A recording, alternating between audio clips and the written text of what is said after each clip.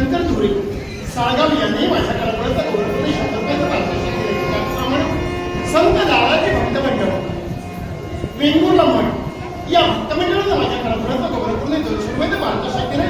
सर्वांचा आभार मानून या पारितोषिकाचा स्वीकार करते. अखेर माझ्या काय स्वर पूर्ण करायचंय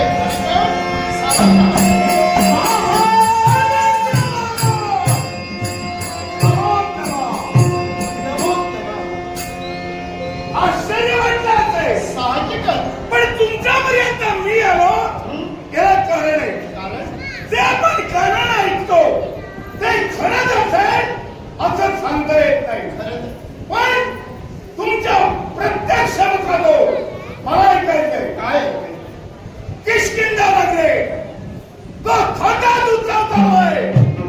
तो म्हणजे सुग्रीवाच्या विवाह संदर्भात त्या सुग्रीवाचं लग्न होऊ नये म्हणून तुम्ही एक शक्ती पाठवली.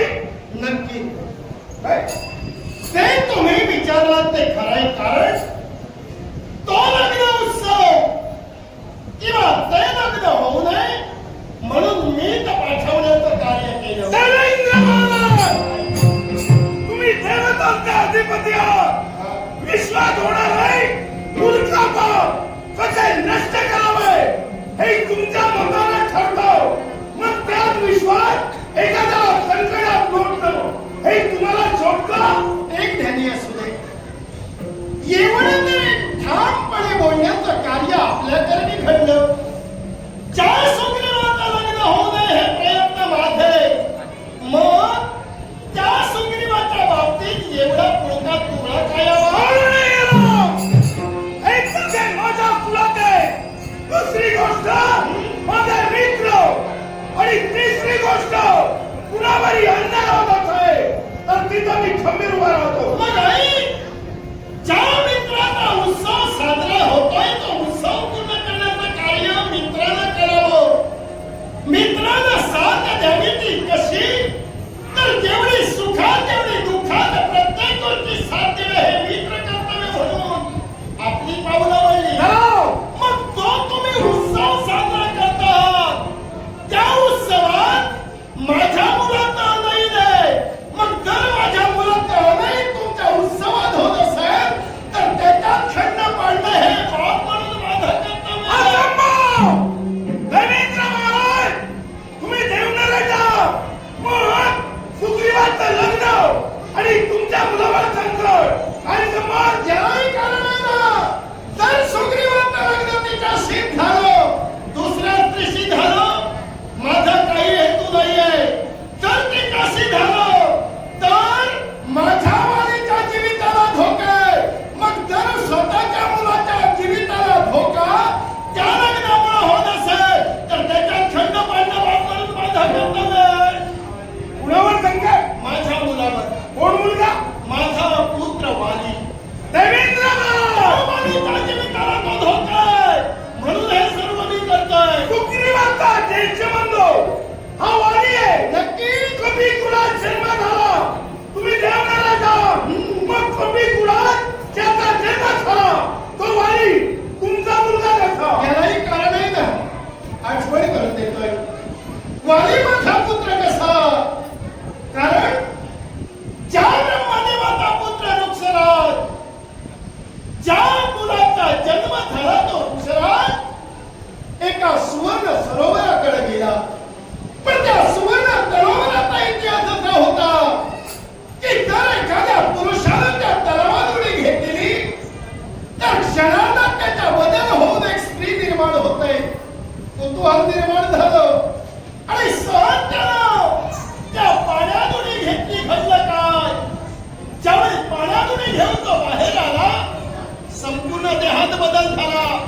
एक सुंदर स्त्री निर्माण झाली आणि त्याच क्षणी काय घडलं ते ज्यावेळी घटना घडली त्या मार्गानं मी आणि सूर्यदेव जात होतो. ज्यावेळी आम्हाला स्त्री दिसली मन आसक्त झालं. मन ओढ घेऊ लागलं त्या स्त्रीकडं. म्हणून त्या स्त्रीची अभिलाषा धरून तिच्याकडे याचना केली. एवढंच नव्हे तर त्या स्त्रीपासून आणि माझ्या तेजापासून जो जन्माला आला तो वाली म्हणून माझा पुत्र वाली आहे.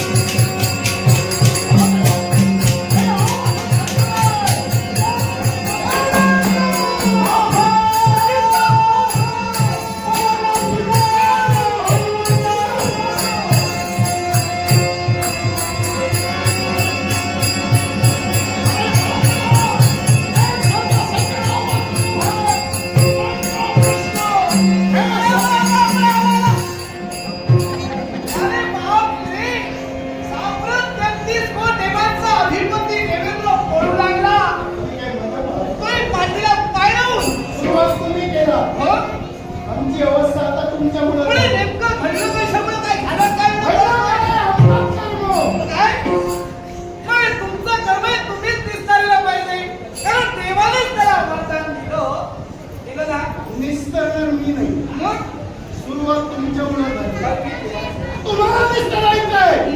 तुम्ही सांगितलं मुलाच्या भवितव्यासाठी बापानं घटावं. त्रिवार सत्य म्हणतात किती प्रयत्न केले आणि त्या अनेक प्रयत्नात यश आलं. पण घडलं काय पाहिजे? या सर्व कुणी घेतली? हनुमंत. अगदी त्रिवार सत्य आहे. तो निघाला नसता तर काही घडलं नसतं. अरे या हनुमंता पुढं विभाव सुद्धा लागला नाही. याला कारण आहे ते आमचं कर्म. कारण ज्या क्षणी बालपणी ज्याचा जन्म होता त्या सूर्याला ग्रासण्याचं कार्य केलं. त्रिवार सत्य आम्ही केलं. अनेक कार्य बंद पडली कारण बापाला वाईट वाटलं. त्रिवार सत्य आहे. सर्व गोष्टी बंद केल्या. देव प्रसन्न म्हणजे ब्रह्मा शंकर प्रसन्न झाले. याला महाबली केलं आणि त्याच्यामुळे आमचा हाताने भाव पण लागला. त्याच वेळेला जर आघात घातला असता हे सारं काय घडलं असतं का? आता ते मागचं राहू दे. पुढचं कसं ते मग पुढं जरी निस्तारलं पाहिजे. आता याच्यातून ते संकट उभं राहिलंय. जर मी असं पळत राहिलो तर काय घडलं जाणार? तिकडे लग्न होणार. लग्न झालं माझ्या मुलाचं भवितव्य धोक्यात. बरोबर आहे. आता याच्यातून वाचणार कसा? मार्ग आहे. मार्ग आहे? आणि तो मार्ग तर मी तुला सांगेन आजकाल काढला पाहिजे. कोणता मार्ग? तुला जावं लागेल मुलासाठी वाटेल ते. मग काय? तुला असं जावं लागेल ते सुमेरू पर्वतापर्यंत. काय? हो इथं? आणि साक्षात तिथं वास्तव्य कुणाचंच आहे असावे तर साक्षात हनुमंत याची आईवडचे अंजली. मग बरा मार्ग सांगतो. हो माझ्या मागे लागलाय तो आणि मी त्याच्या आईकडे जावं. पण तिथं गेल्यानंतर तिथं जे काय घडलं ते न सांगता माझ्या देहाचं रक्षण कर असं जर